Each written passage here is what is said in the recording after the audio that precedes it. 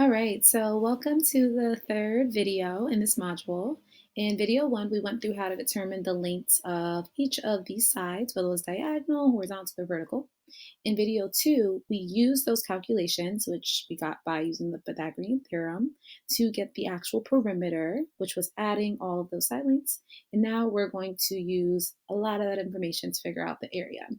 So just as a refresher, make sure that you remember the fact that the formula for area of a rectangle is your base times your height. So however long this is times however long that is. And then a triangle is half of a rectangle, which is why this is drawn. So the formula reflects that. It's your base times your height divided by 2. These are the key formulas we need to know for today. So when we're working through examples, there are so many different ways you can find the area for this, so many ways. I'm going to go through one consistent way that we can use for any of the problems in this module, but if you find another way that works for you, go ahead and use it. So we calculated this before, but now we're going to find the area. When we're finding the area, think about this polygon as your shaded region. So in order to find the area of your shaded region, what we have to do is create an enclosed figure, which is going to give us a rectangle. So the shaded region is always going to be the area of the whole minus whatever this area is, and what's left over will be our answer. So that means that we have to find the area twice. We have to find the area of a rectangle and the area of a triangle. So let's do that. So for our rectangle, we want to count how many units this is. So it's 1, 2, 3, 4, 5, 6, 7, 8, 9. So this is 9 units. And this will be 1, 2, 3, 4, 5, 6, 7, 8. And this will be 8. So remember the area of a rectangle is base times height, which is going to be 9 times 8, which is going to be 72. All right, now let's find our triangle. So just as a reminder, it's going to be half whatever a rectangle is.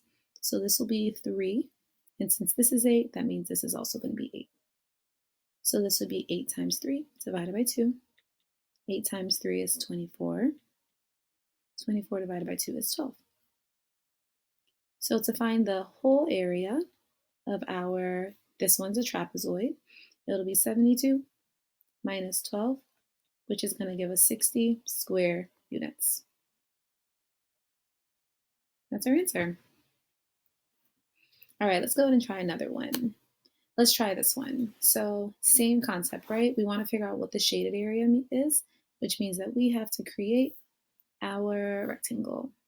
And I'm color coding things you don't have to, but I'm going to just try to make things a little easier. So let's start by finding the area of our rectangle. So we need to know how much this is. So if I look, this is 4, and this is 1, 2, 3, 4, 5, 6, 7. So remember it's base times height, which is going to be 4 times 7, which gives you 28. Now this time we have 2 triangles, so the more diagonals you have, the more triangles you're going to have. So we're going to find the area of the red right triangle. Since this is 4, and this is 1, 2, 3, 4, 5. So that would be base times height divided by 2, remember because it's a triangle, and that's going to be 5 times 4 divided by 2, which is going to be 20 over 2, which gives us 10. Right, one more to go. So this will be 2, and we already know that's 4. So the area of our final right triangle is going to be 4 times 2. Let me put the formula first. So your base times your height divided by 2, which is 4 times 2 divided by 2, which is going to give you 4. So now that we have all of those parts, we subtract our triangles from the whole.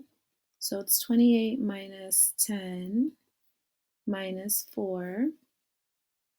28 minus 10 is 18. 18 minus 4 is 14. So 14 square units is going to be the area. Awesome, we're doing great. I'm going to do one more with you. So same process, y'all got this. All right, so in this one, it looks like we don't have any full rectangles, so I'm just going to go ahead and start to make everything. So I can tell that's going to be 1. All right, now let's do this side. All right, and let's do this part too. And then I'm just going to label, since we're getting better at this, I'm just going to start labeling the numbers on here and then find the area. So this will be 1, 2, 3, 4, 5, 6, 7, 8. So this will be 8 units. This black part right here will be 3. This will be 1, 2, 3, 4, 5, 6, 7. This will be 1, 2, 3, 4, 5, 6, 7, which you could tell 7 and 1 is 8. And because this is 7 and that's 3, that makes that 10. All right, so let's see if we can find everything. Let's start with our big rectangle. So the area of our rectangle. So our rectangle, I'm not going to write the formula anymore, will be 10 times 8, which is going to give us 80. So that's the big thing that we're working with. Now let's find the area of our right triangle. Let's start with the black one. So it would be 8 times 3 divided by 2, which is going to give us 12. Or the area of our second right triangle, that's going to be 7 times 7 divided by 2. That'll be 49 divided by 2, which is 24.5. And then our final one would be 10 times 1 divided by 2, which is going to give us 5.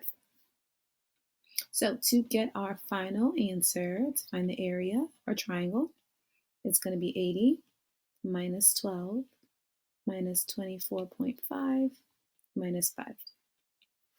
And I'm going to use decimals for this one. For most of these, you don't need it because there's only a couple of decimals. But because we do have decimals, I want to make sure this is right.